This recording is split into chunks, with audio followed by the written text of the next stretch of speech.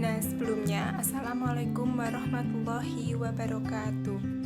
Di sini kami dari kelompok 2 yang beranggotakan saya Arofah Nurul Walidaini NIM 193141104, kemudian Safitri Hidayatul Wahidah NIM 193141105, dan Iqbal Ibnu Ganedi NIM 193141106. Kami dari kelompok 2 akan menyampaikan materi tentang buku teks. Nah, kalian tahu nggak sih apa itu buku teks?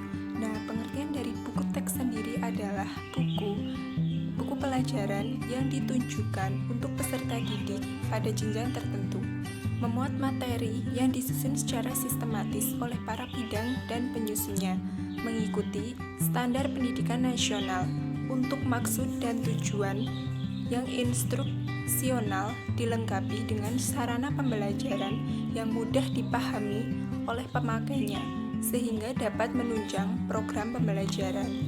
Nah, yang selanjutnya adalah kualitas buku teks. Buku teks berfungsi sebagai penunjang kegiatan belajar dan juga mengajar. Semakin baik kualitas buku teks, maka akan semakin sempurna pengajaran yang ditunjangnya. Grant dan Pretty merumuskan butir-butir yang diajukan di mana buku teks tersebut dikatakan buku teks berkualitas antara lain. Yang pertama adalah buku teks itu haruslah menarik minat anak-anak, baik yaitu para siswa yang menggunakannya. Yang kedua, buku teks itu haruslah mampu memberi motivasi kepada para siswa yang memakainya. Yang ketiga, buku teks itu haruslah memuat ilustrasi yang menarik bagi para siswa yang memanfaatkannya. Yang keempat, buku teks itu seyogyanya lah mempertimbangkan aspek-aspek linguistik sehingga sesuai dengan kemampuan para siswa yang memakainya. Yang kelima, buku teks itu haruslah berhubungan erat dengan pelajaran-pelajaran lainnya. Lebih baik lagi kalau dapat menunjangnya dengan rencana sehingga semuanya merupakan suatu kebulatan yang utuh dan terpadu. Yang keenam, buku teks itu haruslah dapat menstimulasi, merangsang aktivitas-aktivitas pribadi siswa yang mempergunakannya. Yang ketujuh, buku teks itu haruslah sadar dan tegas untuk menghindari konsep-konsep yang samar-samar dan tidak biasa agar tidak membingungkan para siswa yang memakainya. Yang kedelapan, buku teks itu haruslah mempunyai sudut pandang atau point of view yang jelas dan tegas sehingga juga dapat akhirnya menjadi sudut pandang bagi para pemakainya yang setia. Kemudian buku teks itu haruslah mampu memberikan pemantapan penekanan pada nilai-nilai anak dan juga orang dewasa. Dan yang ke-10 adalah buku teks itu haruslah dapat menghargai perbedaan-perbedaan pribadi para siswa yang memakainya. Kualitas buku teks dapat dilihat berdasarkan isi atau materi, penyajian, grafik, serta aspek-aspek kebahasaannya. Materi dalam buku teks itu isinya haruslah sesuai dengan tujuan pembelajaran yang berdasarkan pada kurikulum. Lebih baik lagi jika materi tersebut terintegrasi dengan pelajaran lagi, namun tetap harus menghargai hal-hal yang tidak bertentangan seperti agama. Materi buku teks diharapkan dapat membuat para siswa lebih giat mempelajari kembali meskipun di luar proses belajar dan juga mengajar. Berikut tujuan buku teks pelajaran. Yang pertama, memudahkan pendidik dalam menyampaikan materi pembelajaran. Kedua, memberi kesempatan kepada peserta didik untuk mengulangi pelajaran atau mempelajari pelajaran baru.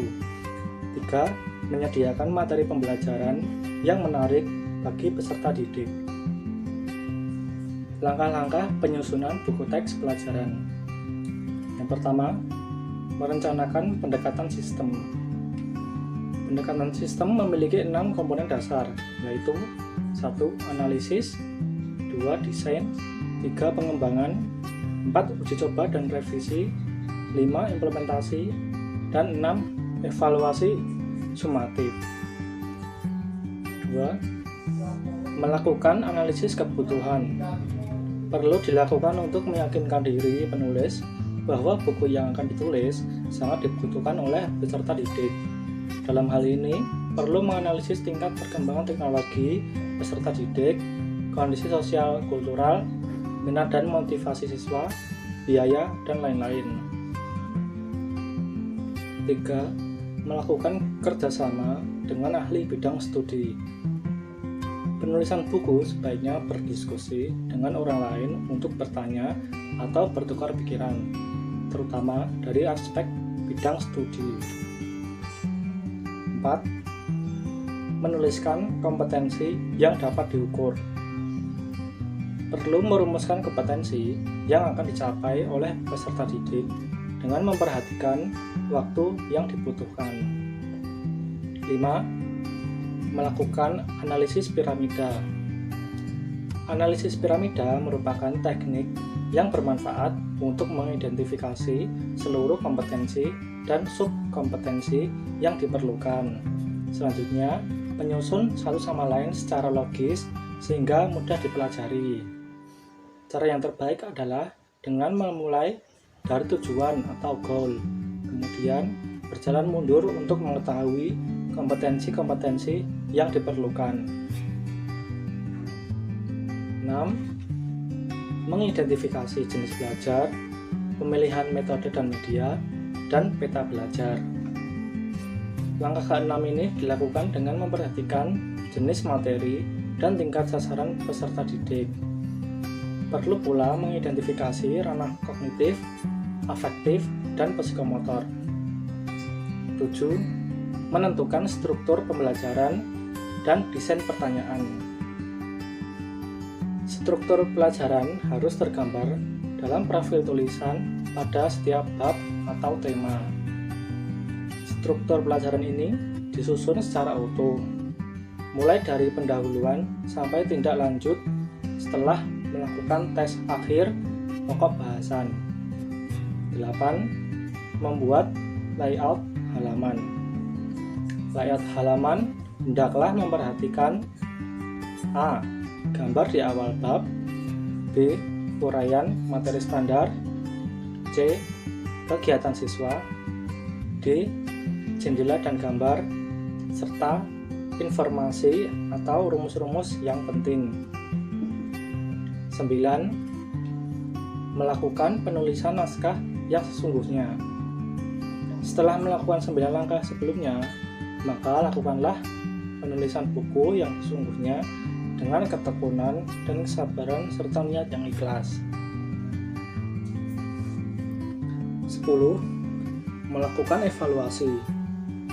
Setelah buku ditulis, sebaiknya dilakukan evaluasi dengan menempuh beberapa tahap, yaitu yang pertama, review ahli bidang studi, desain pembelajaran, dan editorial.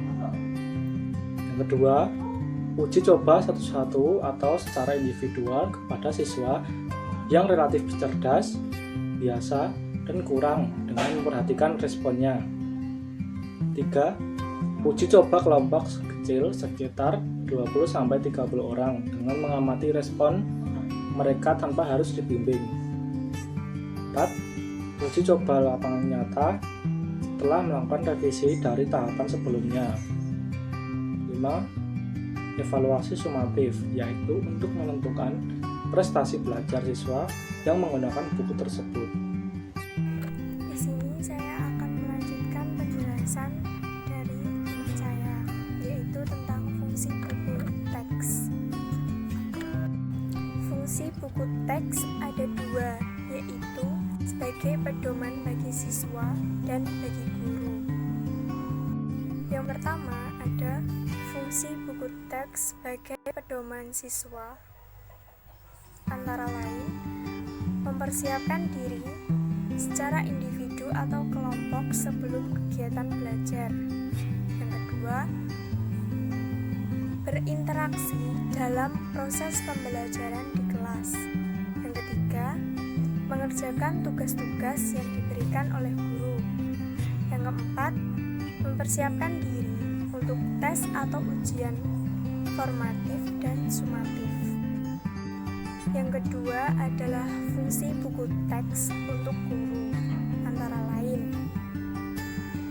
membuat desain pembelajaran, mempersiapkan sumber-sumber belajar, mengembangkan bahan belajar yang kontekstual, memberikan tugas, serta menyusun bahan evaluasi.